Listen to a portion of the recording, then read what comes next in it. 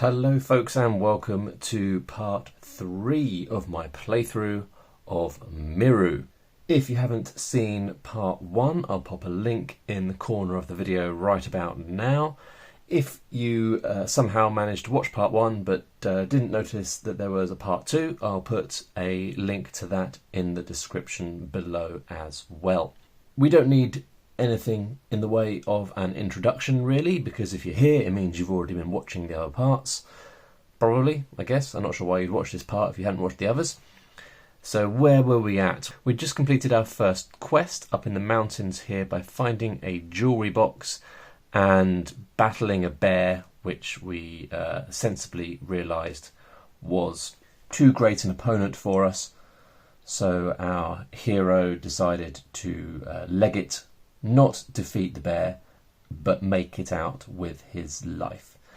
So he went back into the village, delivered the jewellery box and claimed the reward, did some spending in the shop, got himself a few new additional meal bars, learnt the first tech skill, so we'll talk about that in a bit. But otherwise, we are essentially ready to tackle day 10 and to carry on doing some adventuring and discovering some more of this part of the world, and hopefully get closer to discovering the location of the god who we deem to be responsible for the death of our brother, and destroy them. That's the plan. So let's just crack on, shall we? I think we're going to go down here and see what there is to see. So a new day, a new location, and we're going to roll to see what type of landscape we have here. 4 gives us grassland. Alright, so we've got some grassland. Not sure why I said grassland. Grassland. So let's roll to see what type of event we're going to have here. 6. Oh, almost gives us another village, which would be good. Each village allows you to purchase more stuff in the shops. So we do want to discover another village, even if it is right next to this one. Although I suppose in terms of being able to return there to heal more easily, it'd be nice to spread them out a little bit. So I'd rather find another village over here somewhere. Anywho, ruins. So roll to see which ruin we discover. Now at this point we need to bear in mind that you only discover each ruin once, I'm pretty sure. So we would have to re-roll or bump onto the next location if we did Wild Mushroom Trip or the apartment building, because we've been to those places already. But we're not. We're going to the burned down wooden church. Just before you call it quits for the day, you find the remains of a burned down church. Where the podium would have been is a small concrete bowl with 4 bits. You can choose to take them if you want. As you head back, you notice a light reflecting from the ground. You move the dirt away and find ×1 golden cross. I'm not sure what I'm going to do with a golden cross, but we've got one now. And am I going to take the 4 bits from the church? Yeah, I think I probably am. I have no qualms with taking money from a church. 19 takes us up to 23 bits. And we've got a golden cross. Not sure what we're going to be doing with that, but we got a golden cross. And at least we didn't have any scraps today, so I'm just going to draw a little church on here. There we go, there's our little church. Right, so let's eat one of our meal bars, and we're going to be camping in the wild, obviously, which means we're going to get +2 health from the meal bar, +3 health for camping in the wild. So that's going to take me up to 15. And it doesn't really matter what energy we're getting, because we are on 20 energy from the end of the last video. And that was day 10. So let's crack on and go over this way. 4. Is that more grassland? More grassland. Okay. All of a sudden feeling very self-conscious about how I say grassland. So you've had quite a lot of grassland. Look around here. Bit swampy over here. Not much in the way of forests, although the village is located in some woodland. Some mountains up here to the north and some impassable mountains down here. Quite enjoying how the map is developing. Right, let's see what happens. 6. That's more ruins. We are getting through these ruins. 1. That's an apartment building which we have had already. So I think we'll just boop on to the next location, which is a nuclear bunker.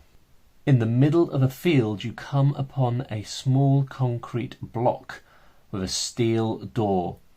The door opens when you push on it and you enter. As you go down the stairs you hear a motor start to turn and small lights flicker on. Inside are shelves full of canned goods and survival gear, untouched and clearly not useful to whoever made this space. You find 1 survival book and 5 meal bars. So that's another item that I'm not really sure what we're going to do with, but I guess at some point a survival book will come in handy. And we've got 5 meal bars, we know that's handy. So that takes us up to a grand total of 8 meal bars, which is massive. Right, there's our bunker that we discovered. And quite a peaceful start to this session. So we need to do some eating. And I think this time around we'll just eat a piece of fruit, which gives us +1 HP, plus camping out in the wild will give us +3, which means we go up to 19. Feeling healthy. Right, let's crack on. Wait a minute, let's just mark the day. That was day 11. So we're going to head over in this direction again, and let's see what there is to see. 5 gives us desert. And rolling for the event. 7 gives us ruins. Lots and lots of ruins. 5 gives us the theatre. In a town where most of the buildings have crumbled, the only one standing is an old movie theatre. You try some century-old popcorn and it's not bad. You sit and watch a dystopian cyberpunk movie, but halfway through the power goes out. You investigate to find that the solar-powered banks can't hold a charge anymore. You find 2 bits behind the register. Alrighty, draw on our movie theatre. There we go, and we get 2 bits. Actually, feeling quite flush right now. Be nice to discover a new village in which to spend my money. We have to eat every day, so we will eat our remaining bit of fruit, which gets me up to max health.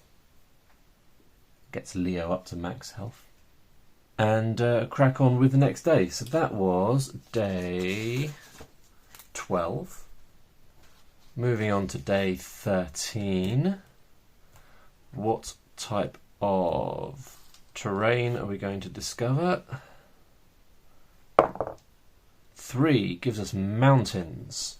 Alrighty. And what's going to happen in the mountains? 2. Impassable. Okay, mark the map and move to another tile. So instead of going into the mountains, we will try our luck. Should we go down or should we go up? Let's go up. 4 gives us grassland. Surprised we haven't rolled a 1 on our terrain roll yet. because a 1 means you injure yourself. So we've been quite lucky in that sense. Right, what's it going to be? 10. That gives us an encounter. All right. 6. The dinner bell rings. Well, we've had that already. That was the wild dogs attacking. So we are going to skip over to the whites of their eyes. Have we had that one? No, I don't think we have. So let's go for that one. You continue to push forward on your journey, trying to enjoy the environment when you hear something fast approaching you. Before you get the chance to react, you're shot at by a Buster T5. Okay. Buster T5 is the big bad one. Alright. So we have encountered one of these before. Nope, that's the T7. False alarm. T5, not as bad. Not quite as scary. A violent anti-terrorist bot armed with a laser cannon. So I think we have encountered one of these before as well. But I think on this occasion, hopefully we will be able to off it and find some stuff. So the Buster T5 starts on 10 health. It gets to attack us first. 1, that's good. That means no damage dealt whatsoever. We're going to start fighting by using our solar-powered taser, as you would imagine, which does plus 9 health. Sorry, plus 9 attack. So 1 plus 9 gives us 10. The Buster has a defense of 2, which means we're immediately doing 8 points of damage. Next round of combat, the Buster attacks us again. 5 means that it does 5 points of damage, minus our defense, which is 2, so that's 3 points of damage, taking us down to 17. Alright, so now we can only use our taser once per day, so we can't use that again, but we do have our hunting knife, which does plus 4, so that's 1 plus 4, which is 5. Take away the 2 in defense, does 3 points of damage, which kills the Buster T5. Fantastic. Alright, so we need to roll to see what reward we get. 6. Ooh, some spare parts. I'm not entirely sure what spare parts are for. I did read someone online somewhere saying that spare parts can be used to upgrade stuff or build weapons or something like that. So definitely a handy thing to have. So we've got our spare parts. The Buster T5 is defeated. Wasn't too much of a threat, but it was still fun to fight something. So let's, I've got some grasslands and I'll draw the derelict T5. I don't mind, not that I think my bots are particularly amazing, that one's very questionable. But I still think I can have a go, unlike animals, which right now I can't really have a go. There we go, there's our smouldering Buster T5 wreckage. And the day is done. End of the day, we need to eat. We're going to have to eat one of our meal bars. Taking me down to 7. That gives us plus 2 health, plus we're also going to get some more from sleeping, so we are going to go up to max health again. And that's the end of day 13. So we're going to go on to day 14, in which we're going to start heading back towards the village, I think. Am I? I've got quite a lot of food bars, haven't I? Maybe I should start going up again. I tell you what, we'll stick to the edge of the map area and we'll go up into this hex here. 4 is more grassland. You can never have too much grassland, apparently. And what are we going to get here? 11, that gives us another encounter. Okay. 1, whites their eyes, which is what we just had, so we're going to skip to this one. It looks like we're about to encounter another bot. As you walk down what used to be the main street of a small town, you notice a vending machine with lights on. You rush over and start pressing buttons, but nothing happens. You violently shake the machine until a bag of stale chips pops out. As you begrudgingly go for a second chip, you spot a Seeker K9 charging towards you. So I guess I foolishly made some noise and this Seeker robot heard me and is coming for me. Seeker K9, like a dog. The last model of police units built by the state to protect property. Alright, doesn't look too scary. HP of 10, only a defense of 1. Alright, so the Seeker K9 is going to attack me first. 3 means 3 points of damage, but I have a defense of 2, so that's going to be 1 point of damage. Then I get to attack the Seeker. Obviously I'm going to use my solar powered taser, which does 9 points of damage.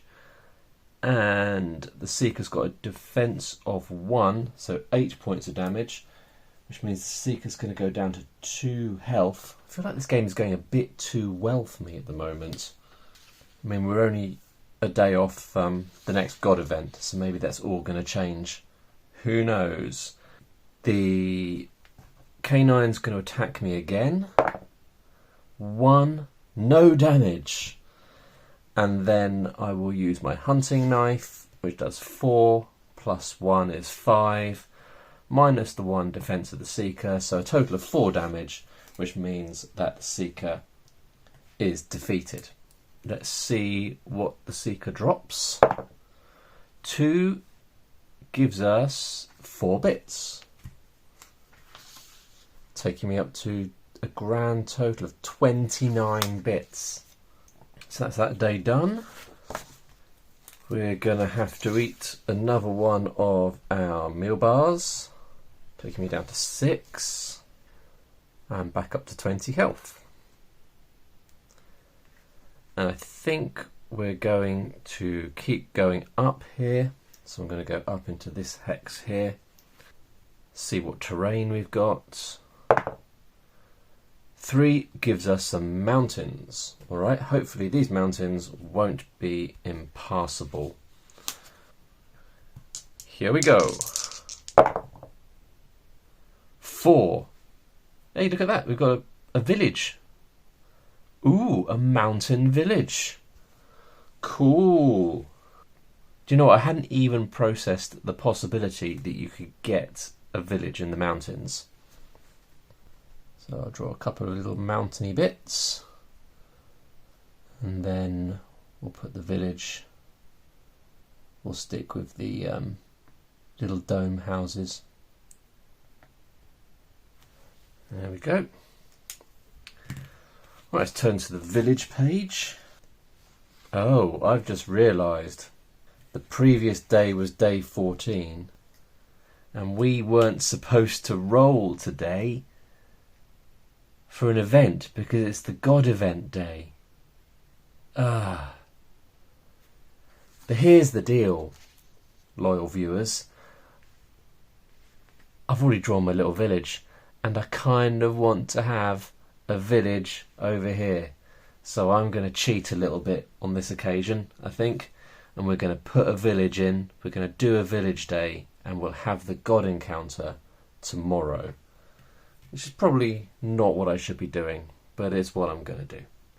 Alright, so this is village number 2, which means we have access to 2 shops now. We can buy anything from this shop, and we can buy anything we want to from this shop. Which means we now have access to treasure maps, which is pretty cool. And we can theoretically buy a melee weapon, a laser sword, but we can only buy a laser sword if we have a laser arm and a spare part. We have a spare part, but we do not have a laser arm. And the strong bow we can buy if we have 2 spare parts, but we only have 1. So we can't buy any of those, but we could buy a treasure map That would be cool. I mean, we're definitely going to buy a treasure map, and I think we'll buy the second tech skill as well, because the way tech skills work is each of the first 3 that you get allow you to roll an additional dice. So only having 1 tech skill means that when I want to do a tech skill roll, I only roll 1 dice. If I had 2 tech skills, I could roll 2 dice. And that's important because you only get success. You have to learn the skill as you go. We'll talk about tech skills when the time actually comes, but suffice to say, I want that second tech skill. So I'm going to start off by purchasing that second tech skill, which is going to take me down to 19. Ooh.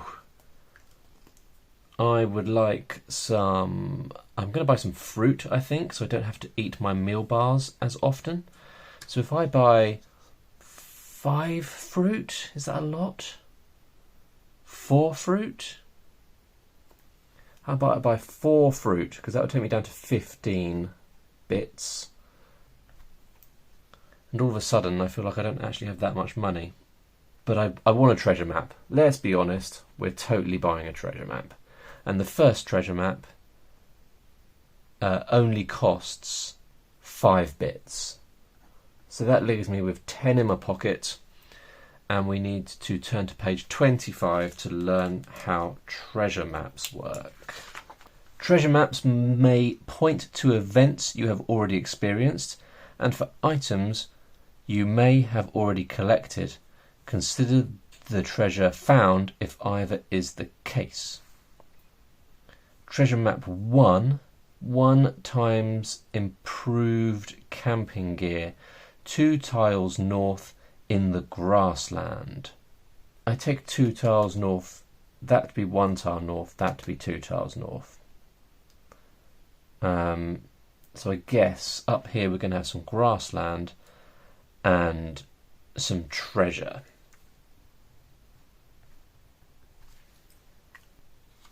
So how do we mark treasure? I think there is some instructions on this. Yeah, it's just a little treasure chest. So we need a little treasure chest and then a little number next to it to mark it as treasure 1. So there we go, we've got treasure number 1 there. Now, given the fact that we've done that, do we want to do the quest thing as well? I mean, it's 1 quest per village. We're going to have a god encounter tomorrow. We've got some treasure to go and find. Maybe we'll just leave the quests for the time being. I can always come back here and activate a quest. And I may well do that, but I feel like that's a decent spot to leave this video. So we'll leave it there. We'll come back in part 4 to have our next god encounter and to maybe go and find some treasure. Thank you very much for watching, if indeed you still are, and I will see you in the next one. Bye for now.